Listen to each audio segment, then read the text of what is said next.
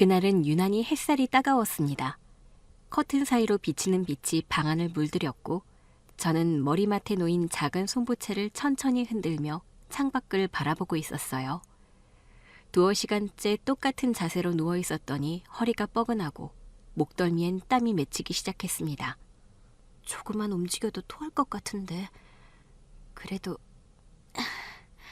너무 누워만 있으면 안 된다고 하셨잖아.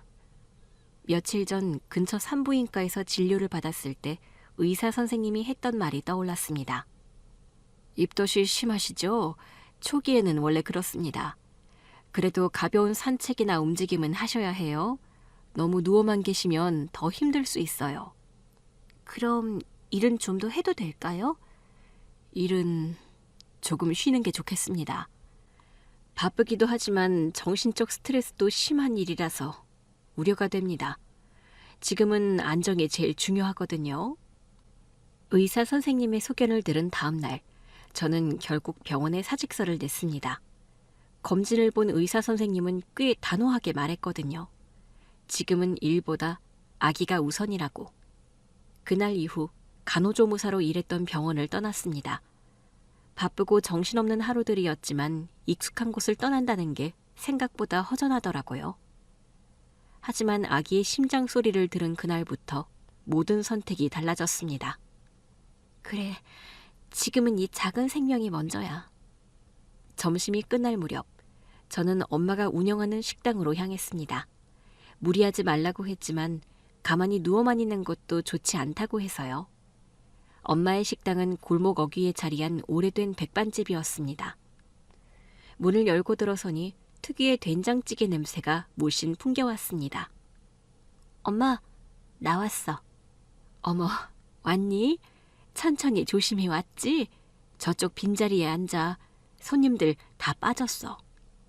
점심 장사는 끝났어요? 얼추 마무리됐지. 아까는 정신 없었는데 다 드시고 가셨어. 엄마는 옆에 앉아 제 손등을 가만히 쓰다듬으셨습니다. 얼굴이 좀 수척해졌네. 입덧 심하구나. 물만 마셔도 울렁거려. 밥 냄새 맡으면 토할 것 같아. 그래도 뭘 먹어야지, 응? 잠깐만 기다려봐. 속상한 얼굴로 고개를 끄덕이던 엄마는 주방으로 들어가셨고 이내 은색 쟁반에 상을 차려 나오셨습니다. 그냥 흰쌀밥에 된장찌개, 김이랑 달걀말이 정도 차렸어. 먹을 수 있겠니? 고마워. 먹어볼게. 숟가락을 들었지만 밥을 한 입 뜨자마자 다시 내려놓고 말았습니다. 목구멍까지 차오르는 울렁임이 너무 심했거든요. 안 되겠다. 미안해, 엄마. 괜찮아. 억지로 먹었다가 다 개워낼라. 됐어. 차 한 잔 우려줄게. 엄마, 내가 이렇게까지 몸이 약했었나? 엄마는 그런 제 말에 잠시 고개를 숙이다가 다시 웃으며 말했습니다. 약한 거 아니야. 사람마다 다 달라. 그리고 넌 이제 혼자가 아니잖니? 네 안에 생명을 하나 더 품고 있으니까 그만큼 더 힘든 거야. 엄마는 밥상을 조용히 정리하며 제 머리칼을 정성스레 귀 뒤로 넘겨주었습니다. 근데 너 진짜 많이 말랐다. 병원에서는 뭐라고 해? 그냥 안정 취하라고. 지금이 중요한 시기래. 입덧은 조금 지나면 나아질 거라고 했어. 그럼 됐네. 잘 견딜 수 있을 거야. 우리 딸 강하잖아. 그 말에 괜히 코끝이 찡해졌습니다. 엄마는 언제나 제 자신보다 저를 더 믿어주는 사람이었거든요. 가난하고 힘든 시절 혼자 벌어 저를 키우면서도 웃음을 잃지 않으셨던 엄마였습니다. 엄마, 나 이 아이 지키고 싶어. 엄마처럼. 나도 그렇게 될 수 있을까? 더 잘할 거야. 엄마는 확신해. 엄마는 제 어깨를 가볍게 토닥이며 주방 쪽으로 향하셨고 저는 자리에서 기대앉은 채 창밖을 멍하니 바라보았습니다. 그 순간만큼은 모든 게 괜찮다고 느껴졌어요. 곧 어떤 일이 일어날지 전혀 모른 채 말이죠. 이거 시골에서 가져온 대추랑 생강으로 달인 거야. 입덧에 좋다더라. 너무 뜨겁지 않으니까 천천히 마셔봐. 컵을 손에 들자 따끈한 온기와 은은한 단내가 퍼졌습니다. 코끝이 찡해지는 게 입덧 탓인지 감정 탓인지 알 수 없었어요. 그때 식당 문이 벌컥 열렸고 누군가가 성큼성큼 들어섰습니다. 구두굽이 바닥을 내리찍는 소리. 순간 등골이 서늘해졌어요. 여기가 네 엄마가 하는 식당이야? 이 코딱지만한 식당 하면서 사장 소리 들으니 좋으세요? 귀를 찌르는 듯한 날카로운 목소리. 짙은 브라운 컬러의 실크 블라우스에 구김 하나 없는 슬랙스. 화장기 짙은 얼굴. 그분은 제가 일했던 병원의 병원장님 사모님이자 제가 사랑하는 사람의 어머니였습니다. 어서 오세요. 갑자기 연락도 없이. 말을 끝마치기도 전에 시어머니는 식탁을 가로질러 다가오시더니 순식간에 엄마의 머리채를 움켜쥐었습니다. 저는 자리에서 벌떡 일어나 달려갔어요. 어머님, 제발요. 그러지 마세요. 사돈? 이런 게 사돈이라고? 이게 말이 돼? 어머님, 제발. 시끄러워. 누가 네 어머니야? 네 어머니라는 소리 아무데나 하고 다닐래? 저희 엄마는 아무 말 없이 고개를 숙이고 있었어요. 반항도 없이, 아무런 대꾸도 없이요. 그 모습이 오히려 저를 무너지게 만들었습니다. 예, 네가 주제를 아니? 간호사도 아니고 너 간호조무사잖아. 고졸의 미혼모 밑에서 자란 너 같은 게 감히? 저희 엄마에 대해 그런 식으로 말씀하시지 마세요. 시모는 그 말에 더 분노한 듯 엄마를 내동댕이 치고는 제게 손가락질을 했습니다. 너 다 노린 거지? 요새 이런 걸 뭐라고 하더라? 임신공격? 맞지? 다짜고짜 애만 가지면 다야? 네가 책임지라고 그런 거지? 말씀이 지나치시네요. 뭐가 어쩌고 어째? 내 말에 틀린 게 있어? 없잖아! 그 말에 눈물이 주르륵 흘러내렸습니다. 입덧보다도 쓰라린 고통이 심장을 찌르는 것만 같았어요. 떨리는 입술로 겨우 말을 잇기 시작했습니다. 어머님, 도윤 씨와 저 진심으로 사랑하고 있어요. 그리고 아이는 저 혼자 만든 게 아니에요. 입 다물어. 뭐가 어쩌고 어째? 사랑? 사랑? 개뼈다구에 밥 말아먹는 소리 하고 앉았네. 너 다시 한 번만 나한테 어머님이라고 해봐. 진짜 가만 안 둬? 시어머니의 말은 계속해서 비수처럼 꽂혔고 그 자리에 주저앉을 뻔했지만 간신히 버텼습니다. 그 순간 머릿속에 짧고 강렬한 기억들이 번개처럼 스쳐 지나갔어요. 아이 아빠를 처음 만난 날이 떠올랐습니다.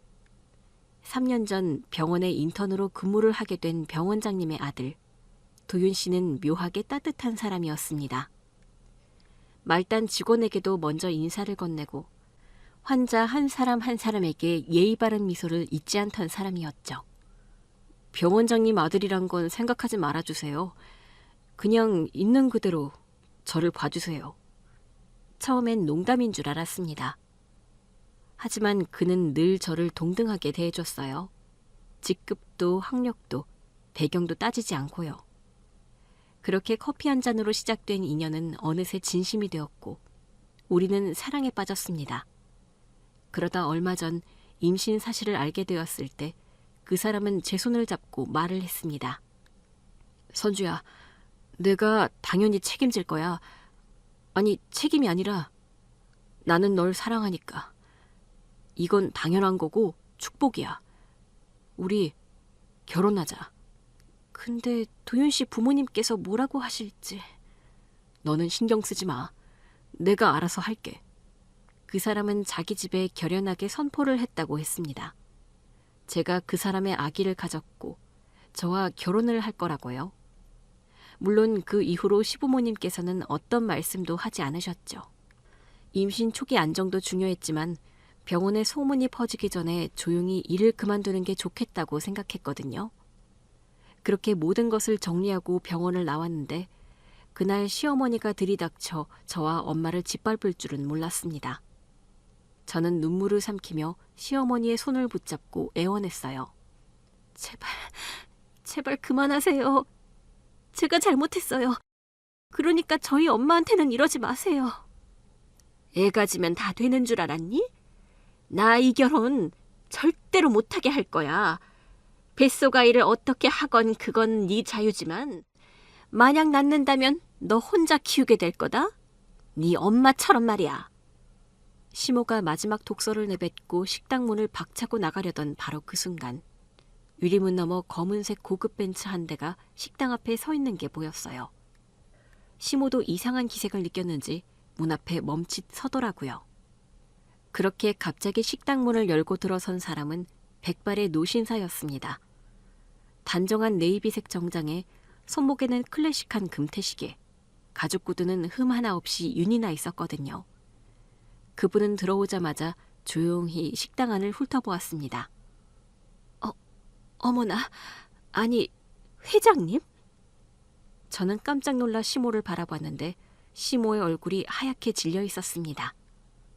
회장님, 어쩐 일이세요? 이런 누추한 곳까지. 시모가 회장님이라고 호칭한 노신사부는 아무런 말이 없었지만 천천히 고개를 돌려 시모를 바라보았고 그 시선만으로도 무언가에 짓눌린 듯 시모는 허리를 굽혔습니다. 아니, 회장님 언제부터 계셨어요? 제가 목소리를 높인 것에는 다 이유가... 그 말끝이 채 끝나기도 전에 노신사는 조용히 손을 들었어요. 아무 말도 하지 않았지만 그 단호한 손짓 하나에 시모는 말문이 막힌 듯 입을 꾹 다물었습니다. 그 다음 순간 믿기 힘든 장면이 펼쳐졌습니다. 기세등등하던 시모가 무릎을 꿇듯 회장님 앞에 엎드린 거였어요. 그 당당하던 사람, 저희 엄마의 머리채를 잡고 이런 그지 같은 게 사돈인 게 말이 되냐고 악다구니를 쓰던 시모가 완전 의뢰 입장이 되어 있었습니다. 저는 그 자리에 있었지만 눈앞 상황이 이해되지 않았어요. 회장님? 이분은 대체 누구지? 왜 시모가 이렇게까지 두려워하는 거지? 그리고 엄마는 왜 회장님이라는 분을 보며 굳은 얼굴을 하고 있는 걸까? 하지만 회장님은 단 한마디 말 없이 조용히 식당 안쪽을 둘러보더니 자리에 있는 의자 하나를 빼앉으셨습니다. 마치 이 자리가 낯설지 않다는 듯 아주 자연스럽게요. 제가 감정이 격해서 그만... 회장님, 모든 건 다 저도 사정이 있어서 그랬어요. 그치만 혹시라도 제 태도가 불편하셨다면 정말 죄송합니다. 어머님, 아니 사모님, 갑자기 왜 그러시는 거예요? 제 말에 시모는 눈을 질끈 감았지만 대답은 없었습니다. 그 대신 엄마가 조용히 제 손을 잡았는데 엄마의 손은 차가웠고 손끝에 미세한 떨림이 고스란히 전해졌습니다. 엄마는 이분 아는 분이셔? 눈을 떼지 못한 채 그 노신사를 바라보던 엄마는 이내 낮은 목소리로 말했습니다. 오실 줄은 몰랐어요. 저희 엄마 또한 회장님이라는 분을 아는 게 분명했죠. 저만 빼고 모두가 그 상황의 맥락을 알고 있는 듯 했습니다. 저만 그 노신사가 누구인지, 왜 이곳에 온 건지, 왜 시모가 무릎을 꿇었는지를 모른 채 허공에 떠있는 기분이었어요. 회장님은 조용히 고개를 끄덕이며 시모를 잠시 바라보더니 시선을 돌려 엄마에게 말했습니다. 잘 지내셨나? 네, 많이 늦었네. 엄마는 놀란 듯 눈을 한번 깜빡이더니 고개를 깊숙이 숙였습니다. 예, 그럭저럭 지냈습니다. 여전히 묵묵히 사시는구먼. 엄마는 그 말에 대답하지 않았습니다. 대신 눈을 살짝 감은 채 손등으로 앞치마 자락을 만지작거리기만 했어요. 그 조용한 눈짓과 몸짓들 사이로 뭔가 큰 이야기가 있다는 걸 느낄 수 있었습니다. 엄마, 이분이 대체 누구야? 왜 어머님이 저렇게... 엄마는 말없이 제 손을 꼭 잡고 고개를 저었습니다. 말하지 않겠다는 의미인지 아직 말할 때가 아니란 뜻인지 알 수는 없었지만 그 손의 힘에서 무언가 깊은 사연이 있다는 걸 느꼈습니다. 그 노신사는 다시 시모를 바라보며 단호한 눈빛으로 조용히 입을 열었습니다. 말을 아껴야 한다는 생각이 들지만 다만 조금 전에 봤던 당신의 모습은 매우 실망스럽습니다. 그 말에 시모는 고개를 깊이 숙이며 중얼거렸어요. 제가 이성을 잃었습니다. 제 행동이 경솔했고 부끄럽습니다. 그때까지도 정확한 관계나 상황을 몰랐지만 저는 내심 안심을 했던 것 같아요. 노신사분의 등장으로 인해 시어머니가 더 이상 엄마를 향해 소리치지 않고 머리채를 잡지도 않고 감정을 쏟아내지도 않게 된 것만으로도 저는 너무도 안도감이 들었습니다. 눈앞의 상황은 여전히 혼란스럽고 이해되지 않았지만 지금 엄마를 보호할 수 있다는 것, 그 자체만으로도 눈물이 나도록 다행스럽게 느껴졌어요. 그렇게 시어머니에게 따끔하게 한마디를 하신 회장님은 조용히 자리에서 일어나 식당 안을 둘러보았습니다. 식당 안은 침묵 속에서 미세한 숨결 하나까지도 크게 들릴 만큼 고요했어요.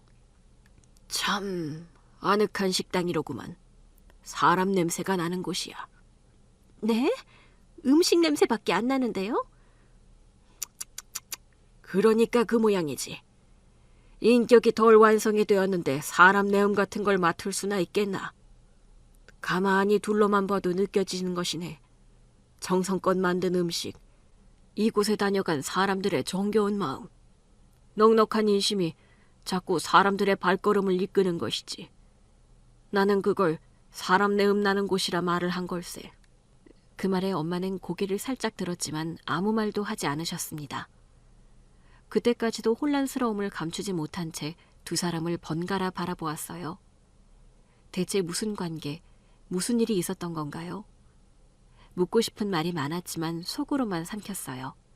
아직은 말할 수 없는 무언가가 그 공간을 가득 메우고 있다는 걸 본능적으로 느꼈거든요. 회장님은 다시 식당 안을 둘러보았습니다.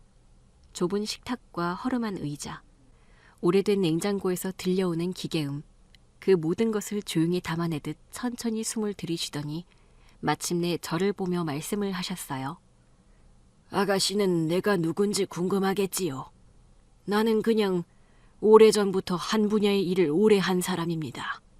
의료기기 사업을 하고 있는데 벌써 40년이 넘었지요. 의료기기 사업이요? 의료기기 사업을 하는 회장님. 그래서 병원장의 사모님이 저 회장님이라는 분에게 쩔쩔매고 있었던 걸까요? 뭔가 병원 운영에 중요한 분이기 때문에? 그렇게 생각을 하니 조금 이해가 가는 것 같더라고요. 회장님은 계속 저에게 이야기를 해주셨습니다. 우리 회사 제품은 전국 300여 개 병원에 납품되고 있습니다. 작은 의원부터 대학병원까지 웬만한 병원엔 다 들어가 있죠.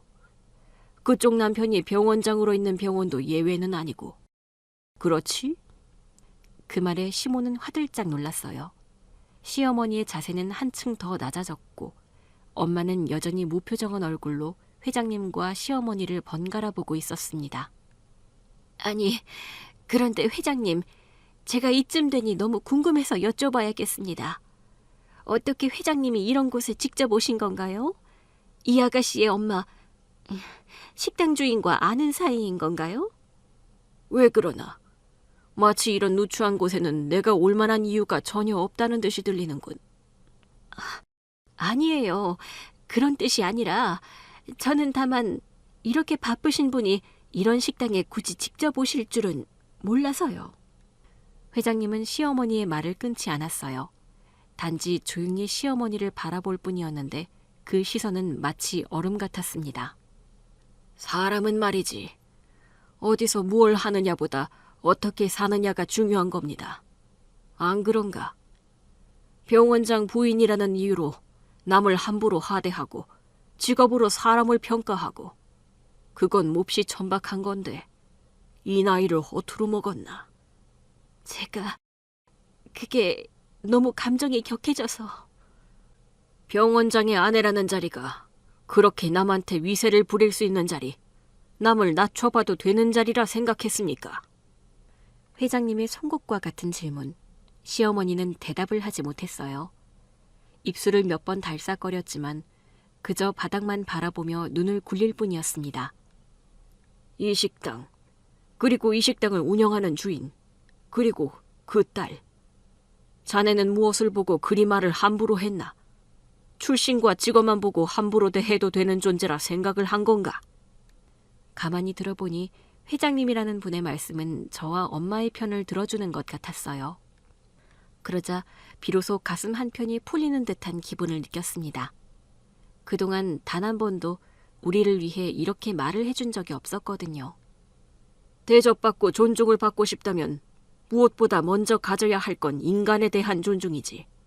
아무리 좋은 옷을 입고 비싼 음식을 먹고 높은 자리에 앉아 있어도 그 마음이 비루하면 아무 소용이 없는 것이지. 이 아가씨가 어떤 환경에서 자랐건 지금 이 아가씨가 어떤 사람인지 생각하지 않고 비하하고 조롱하는 것은 자네가 가진 그 인격을 드러내는 것이지. 자네의 말 한마디 행동 하나가 얼마나 추한지 본인만 모르고 있는 것 같아 안타깝구만. 식당 안 공기는 숨조차 쉬기 힘들 만큼 무거웠어요. 시어머니는 더 이상 변명도 하지 못한 채 그대로 고개를 숙였고 저는 회장님을 바라보았어요. 그건 단순한 연륜이나 경험에서 오는 위험이 아니었습니다. 그분의 말엔 무게가 있었고 말보다 더 큰 존중이 담겨 있었거든요. 그때 회장님이 천천히 제 쪽으로 고개를 돌렸습니다. 그 눈빛은 부드럽게 느껴졌지만 어디선가 알 수 없는 묘한 울림이 가슴에 와닿았어요. 아가씨는 괜찮습니까? 그 한마디에 저는 순간 말문이 막혔습니다. 이제껏 저는 그런 질문을 들어본 적이 없었거든요. 괜찮냐고 물어보는 사람, 제 마음을 먼저 살펴보는 사람은 아기 아빠인 도윤 씨, 그리고 저희 엄마밖에 없었어요. 네, 괜찮습니다. 감사합니다. 그 말이 입에서 나오는 데까지 참 오래 걸렸어요. 눈물이 나올까봐 말끝을 짧게 잘라야 했습니다. 그래요. 아직 해야 할 이야기가 많습니다.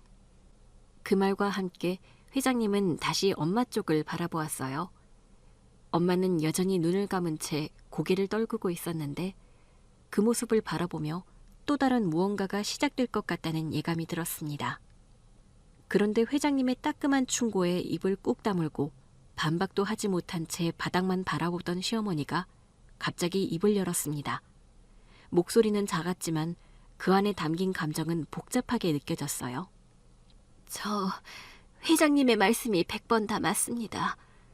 제가 너무 앞만 보고 달려와서 그런가 봅니다만 저도 나름의 사정이 있었어요.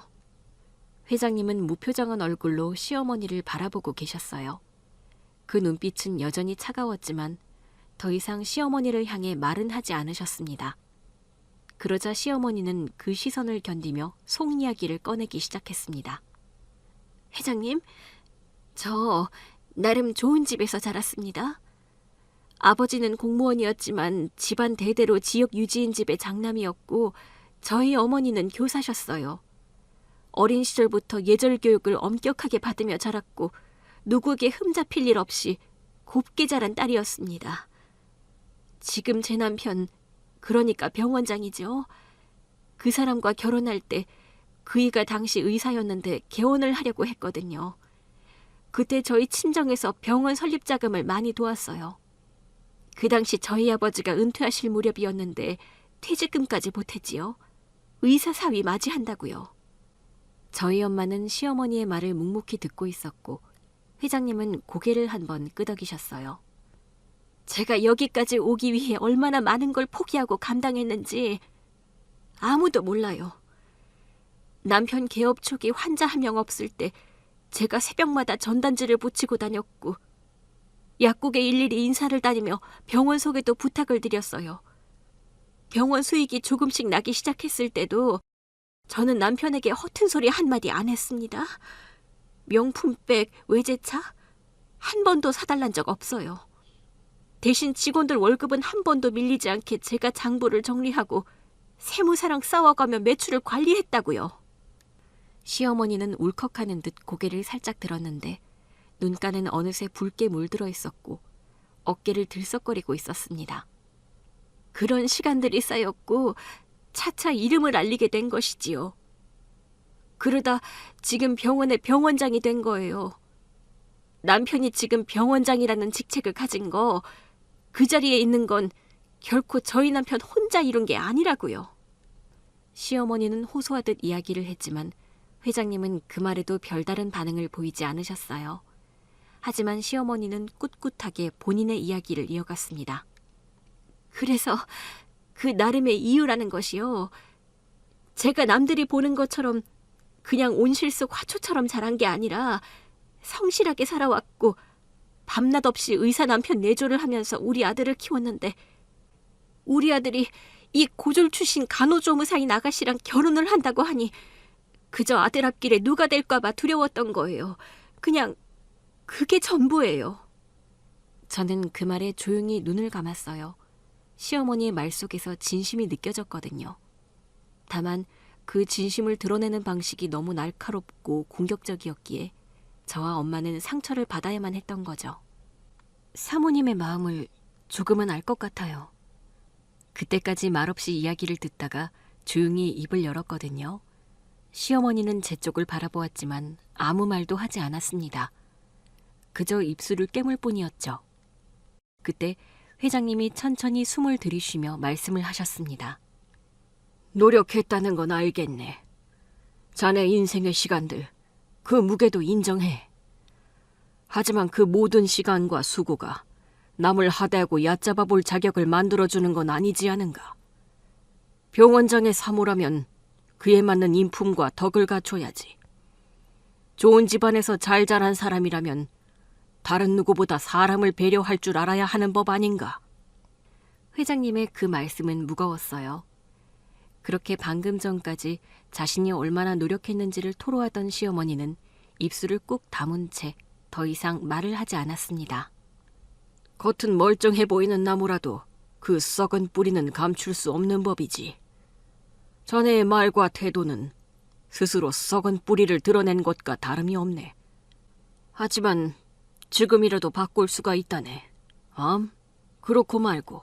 하지만 달라지는 것은 자네의 선택이지.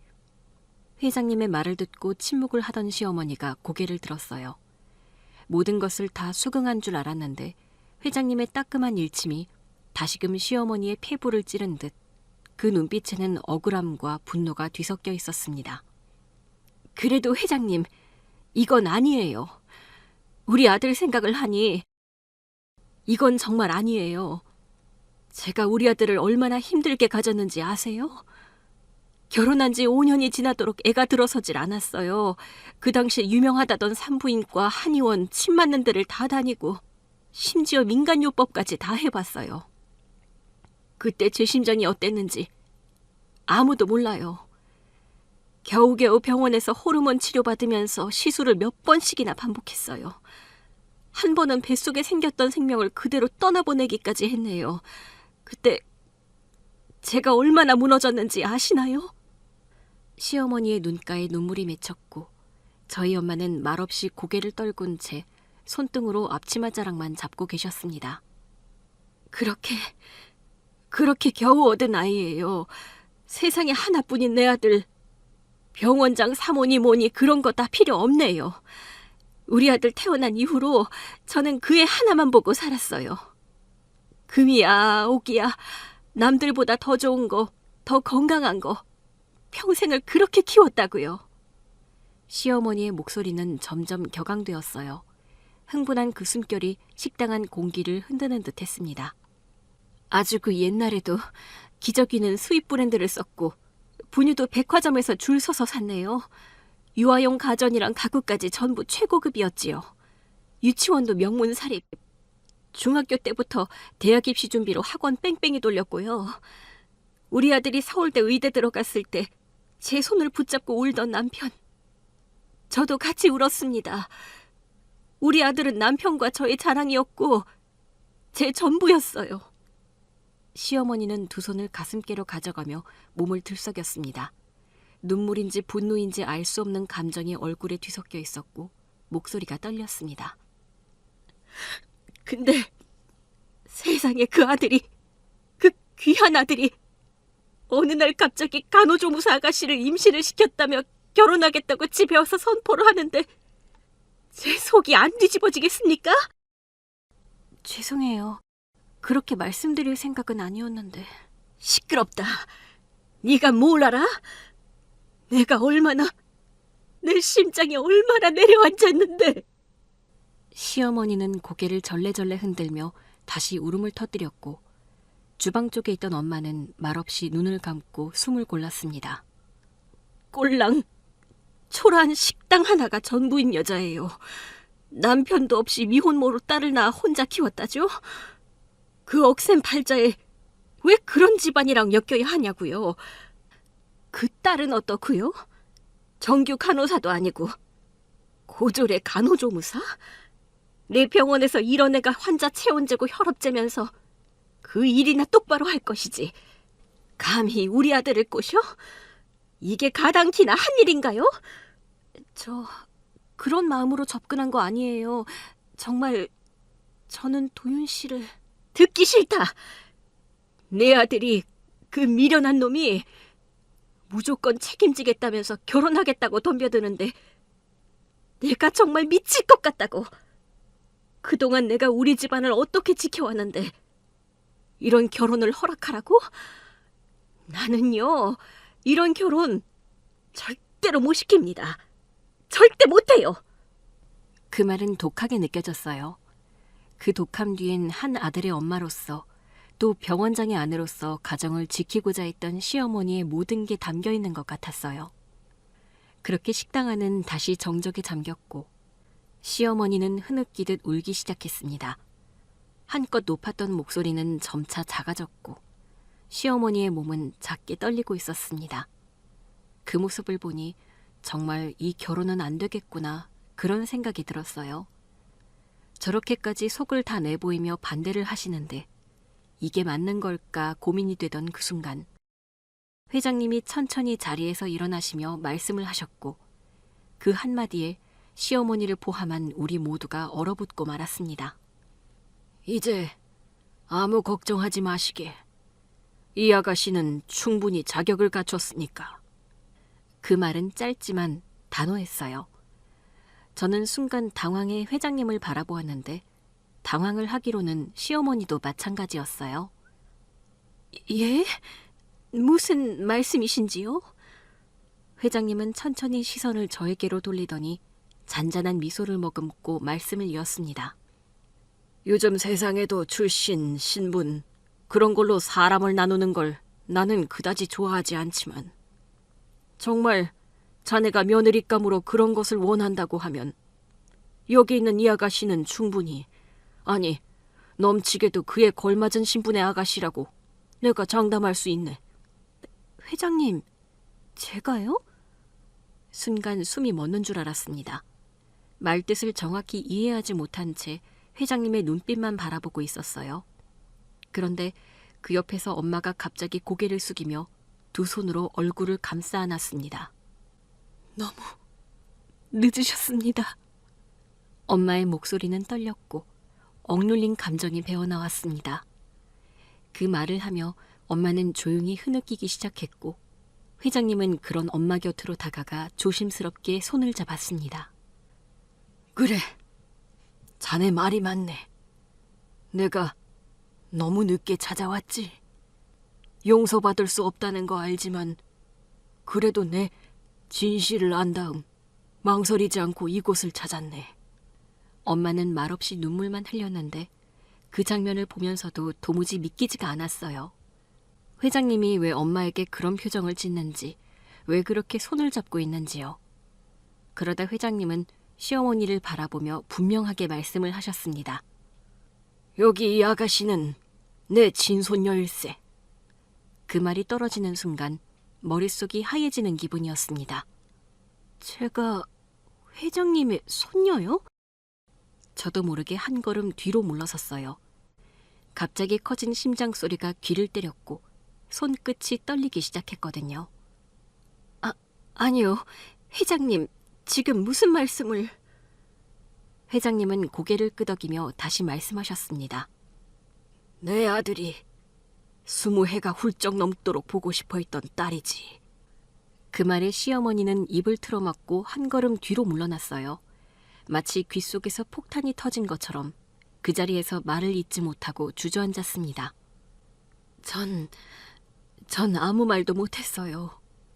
세상이 무서웠고 그 시절 어린 우리 딸한테 상처 줄까 봐 애아빠에 대해서 아무 말도 안 했어요.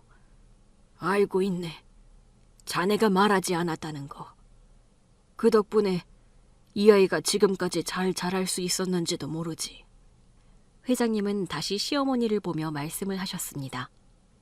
이 아이는 내 손녀딸이네. 내 아들의 피가 흐르는 아이지. 그러니 신분이 걱정이라면 이제 안 해도 된다네. 아니에요. 전 그런 게 아니라. 태어나 처음 들은 이야기가 믿기지도 않았고 그걸 아무렇지 않게 받아들이는 것도 말이 안 된다고 생각을 했습니다. 그런 배경이 아니더라도 사랑하는 마음 하나로 도윤 씨와 함께하고 싶었던 저였기에 그 상황이 오히려 더 혼란스럽게 느껴졌어요. 그리고 회장님에 대해 더 놀라운 사실을 알게 되었습니다. 의료기기 사업을 하시는 분이라는 건 알았지만 그것 때문에 시어머니께서 저리 회장님에게 쩔쩔매는 게 이상하다 생각을 했거든요. 알고 보니 회장님은 단순히 기업 회장님이 아니었습니다. 바로 제가 근무하던 병원, 그러니까 병원장 사모님인 시어머니 병원에 건물 주셨던 거였어요. 그걸 알고 나니 왜 그렇게까지 시어머니께서 회장님께 꼼짝 못했는지 이해가 되었습니다. 하지만 그 모든 걸 이용해서 시어머니의 마음을 억지로 돌리고 싶지는 않았거든요. 마음이 굉장히 복잡했습니다. 그렇게 회장님이 모든 걸 인정하셨지만 엄마는 여전히 눈물을 흘리고 있었습니다. 그 눈물은 억눌렸던 세월이 쏟아지는 듯 조용히 흘러내리고 있었어요. 자네도 많이 힘들었겠지. 그 말에 엄마는 조용히 고개를 끄덕였고 제 가슴이 울컥했습니다. 늘 제 곁을 든든히 지켜주던 엄마. 온갖 고생을 했지만 한결같이 바르고 정직하게 사셨던 엄마가 이렇게 무너지는 걸 보며 저는 아무 말도 할 수 없었습니다. 사실 회장님이 손녀라는 단어를 입에 올렸을 때부터 머릿속이 새하얘졌거든요. 그 말은 아무리 곱씹어도 실감이 나지 않았어요. 회장님이 내 친할아버지라고? 하지만 엄마가 그 손을 붙잡고 울고 있을 땐 어렴풋이 알 수 있었습니다. 이건 꿈이 아니고 모두 진짜라는 걸요. 엄마, 진짜야? 엄마는 말없이 고개를 끄덕였고 조용히 제 손을 꼭 잡았는데 그 손끝이 어쩌면 그렇게도 차가웠는지 그 순간 제 가슴이 저릿하게 아파왔습니다. 네가 어릴 때 자꾸 아빠가 어디 있냐고 물어봤지? 응.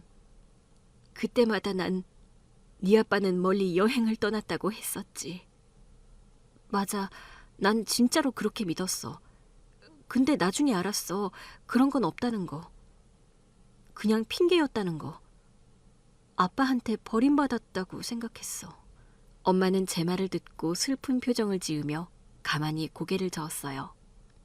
네 아빠는 진심으로 날 사랑했어. 그리고 너도 많이 사랑했어. 네가 태어나기 전에도 후에도. 선조 네가 기억하진 못하겠지만 네가 돌 무렵까지는 우리 셋이 함께였어. 정말? 그게 정말이야? 엄마는 고개를 끄덕이며 아주 조용히 말을 이어갔습니다. 네 아빠를 만났을 때 그때 나는 정말 힘들었어. 아르바이트를 3개씩 하면서 대학 등록금을 모으고 있었고 혼자 지내면서 분식집에서 일을 했지. 너희 아빠는 그 분식집 단골이었어. 아빠가? 매일 저녁 8시에 와서 라면 하나, 김밥 하나 시켰지. 말도 없이 조용히 앉아 있다가는 사람이었어.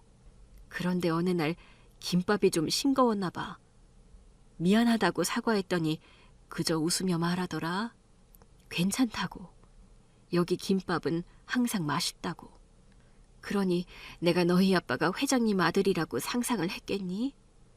무슨 회장 아들이라는 사람이 분식집에서 밥을 먹느냐는 말이야. 그런데 네 아빠는 그런 사람이었어. 특권의식을 갖지 않고 소박한 성품을 지닌 사람. 그 말을 하며 엄마는 미소를 지었는데 그 미소에는 아련한 그리움이 묻어 있었습니다.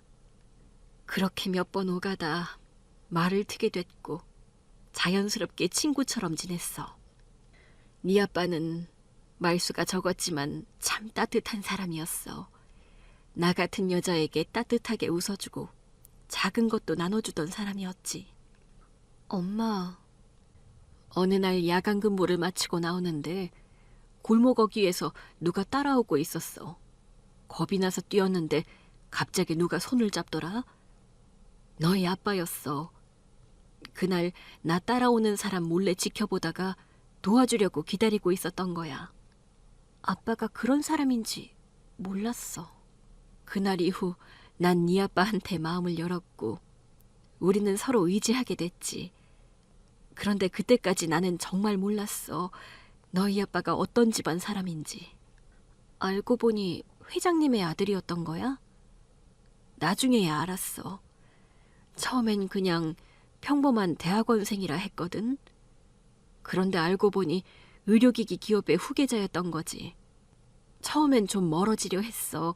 격이 너무 다르니까. 난 가난한 집의 딸이었고 너희 아빠는 너무 멀리 있는 사람이었으니까.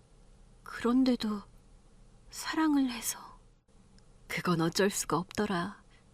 사람 마음이란 게 그렇게 쉽게 접히는 게 아니니까. 엄마는 가만히 웃었습니다. 그 웃음엔 슬픔도 따뜻함도 섞여 있었어요. 엄마는 이내 눈을 가볍게 감으며 말을 이었습니다. 내가 임신했다는 걸 알았을 때 네 아빠는 아무 말도 안 하고 나를 안아줬어. 책임질 거라고 무조건 나랑 결혼하겠다고 했지. 그런데 왜? 문제는 회장님 부인이었어. 지금은 너의 친할머니겠지? 그분이 우리 관계를 알게 되자마자 난 집 밖으로 불려나갔어. 그 자리에서 찬물 세례를 맞고 무릎까지 꿇었지. 보다 못한 네 아빠가 그 자리에 있다가 내 손을 잡고 그대로 뛰쳐나갔던 거야. 회장님 사모님이랑은 연락을 끊고 지내겠다고. 엄마, 하지만 결혼은 절대 안 되는 거였어.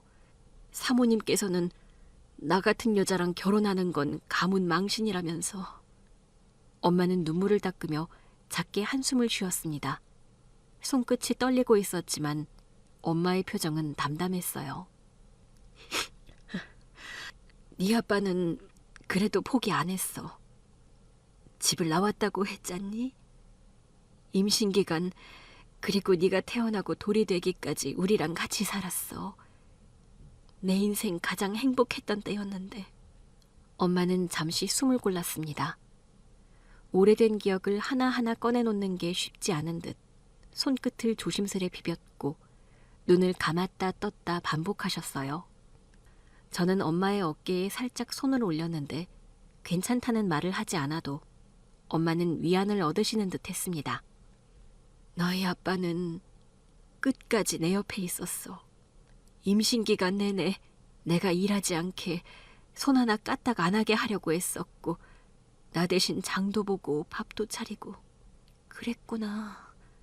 출산하는 날에도 네 아버지는 병원 복도에서 밤을 새웠어. 내가 분만실에서 소리 지르며 아프다 할 때 네 아빠도 같이 울고 있었지. 엄마는 그때를 떠올리듯 고개를 떨구었습니다. 눈앞에 그 당시 기억이 선명하게 그려지는 것 같았어요.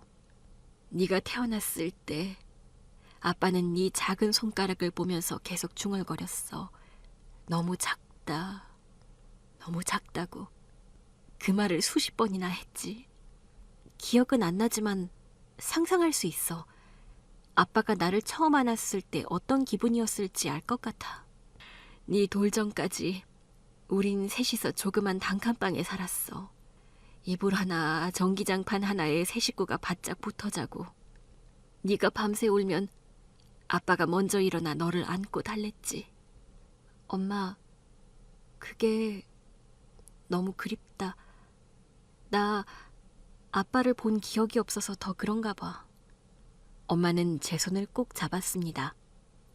그리고 눈을 감은 채 한마디 한마디를 조심스럽게 이어갔어요. 그런데 어느 날 갑자기 네 아빠가 사라졌어. 뭐라고? 갑자기 아빠가 사라졌다고? 아무 말도 없이, 아무런 흔적도 없이. 그날 아침까지도 똑같았는데 점심 무렵에 나갔다 오겠다고 말한 뒤로 돌아오지 않았어. 그 말에 저는 숨이 멎는 것 같았습니다. 눈을 크게 뜬 채 엄마를 바라보았습니다. 설마 실종된 거야? 처음엔 그렇게 생각했지. 경찰서도 가보고 친구들에게도 수소문하고 병원에 물어보기도 했어. 그런데도 아무 데도 없더라. 연락도 되지 않고 집에도 오질 않았지. 엄마는 말끝을 흐리며 깊은 한숨을 쉬었습니다.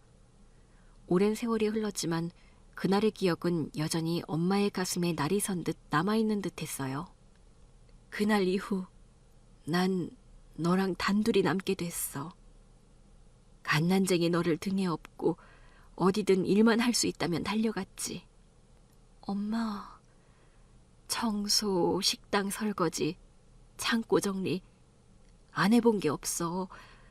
한 번은 겨울에 네가 감기 걸려서 병원에 가야 했는데 병원비가 없어서 식당 사장님께 돈을 빌리기도 했지. 그 말을 들으며 저는 가슴이 먹먹해졌습니다. 엄마가 그렇게까지 해왔다는 건 알면서도 이렇게 자세히 들은 건 처음이었거든요.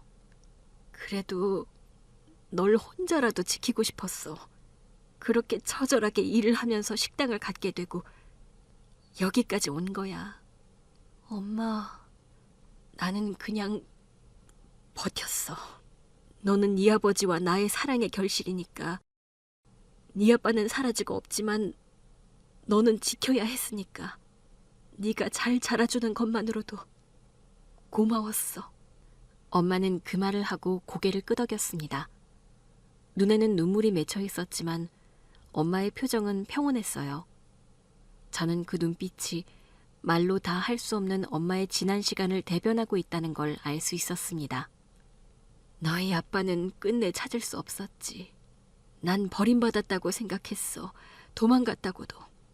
그래서 너한텐 말하지 못했어. 네가 혹여 상처받을까 봐. 아니야, 엄마. 오히려 이렇게라도 아빠를 알 수 있어서 다행이야. 엄마는 아빠 역할까지 다 했잖아. 나 살면서 뭐 하나 부족했던 적이 없었어. 엄마는 고개를 끄덕이며 제 손등을 쓰다듬었습니다. 그 순간 회장님이 저와 엄마에게 다가와 말씀을 하셨습니다. 이제 내가 해야 할 이야기가 있네. 이제는 말해야겠어. 그날 성철이가 사라진 건 성철이 엄마. 그러니까 선주 너희 친할머니가 꾸민 일이었어. 저는 숨을 멈췄고 엄마는 고개를 들지 못한 채 눈을 감고 계셨습니다. 그 당시 성철이 엄마는 너희 어머니와 인연을 끊게 하기 위해 사람을 써서 성철이를 데려온 다음 강제로 출국시켰지. 납치에 가까웠던 것 같아. 그게 정말 사실인가요? 그렇네. 나도 성철이가 외국에 있다는 것은 한참 뒤에야 알았어. 내 아들은 수십 년 동안 외국에서 돌아오지 못했네. 그곳에서 살았지. 한동안은 오래 방황을 했지만 결국 거기서 공부도 이어서 하고 그렇게 살았다네. 아내가 정해준 사람과 결혼을 해서 쭉 외국에서 살았지만 행복하지는 않았던 것 같아. 둘 사이에 아이도 없었거든. 성철이는 항상 자네와 선주를 그리워했던 것 같네. 그런 성철이가 말이야. 얼마 전에 세상을 떠났다네. 그 말에 엄마는 조용히 흐느끼기 시작했고 저는 말없이 입술을 떨었습니다. 아들의 유품 중에 일기장이 있었어. 죽기 전에 꼭 그녀를 다시 보고 싶다. 우리 딸 선주를 보고 싶다. 이제 어엿한 아가씨가 다 되었을 텐데 미안하다 선혜야. 미안하다 선주야. 우리 딸. 아빠. 회장님은 잠시 눈을 감았다 떴고 제 쪽을 향해 천천히 고개를 숙였습니다. 내가 너무 늦었네. 자네에게선 남편을, 손주에게서는 아버지를 빼앗은 것 아닌가. 내 아내의 뜻이었지만 나 역시도 묵인하고 있었네. 미안하네. 그 말에 식당 안은 정적에 잠겼고 엄마는 끝내 참지 못하고 조용히 오열하셨어요. 그렇게 갑자기 친할아버지가 생긴 것도 놀라웠지만 그보다 더 놀라운 것은 달라진 사람들의 태도였습니다. 다른 누구보다 특히 결혼을 반대하던 시어머니가 그랬어요. 자네, 사과해야겠지. 모든 것이 밝혀진 이후 시어머니는 저와 엄마에게 진심으로 고개를 숙이며 사과를 했습니다. 제가 정말 몰랐어요. 죄송합니다. 심한 말과 부끄러운 행동 너무나 죄송해요. 회장님이 깨달음을 주시기까지 그게 부끄러운 행동인지도 몰랐어요. 염치 없지만 용서해 주세요.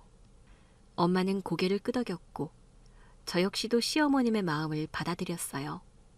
회장님, 아니 친할아버지는 이후 엄마와 제가 편히 지낼 수 있는 집을 마련해 주셨고 저는 임신 기간 내내 엄마 곁에서 안정을 취할 수 있었습니다. 그리고 몇 달 후 저는 건강한 아들을 낳았고 남편과는 정식으로 결혼식을 올린 뒤 혼인신고를 마쳤습니다. 그렇게 아들의 웃음소리에 온 식구가 행복한 나날을 보내고 있는 현재 시어머니는 당연하게도 저희 엄마를 사부인이라 부르며 존중을 다하고 있습니다. 오늘도 장모님께 전화 드렸어? 어제 윤호 사진 보낸 거 엄청 좋아하시던데. 엄마는 항상 행복해 하시지. 정말 이렇게 평온한 날이 올 줄은 몰랐는데. 모든 게 감사하다, 여보. 앞으로도 계속 잘 지내야지. 내가 잘할게. 사랑해, 여보. 사랑해, 우리 아들. 제 이야기를 들어주신 여러분들의 가정에도 평안이 깃들기를 멀리서 기도하겠습니다. 감사합니다.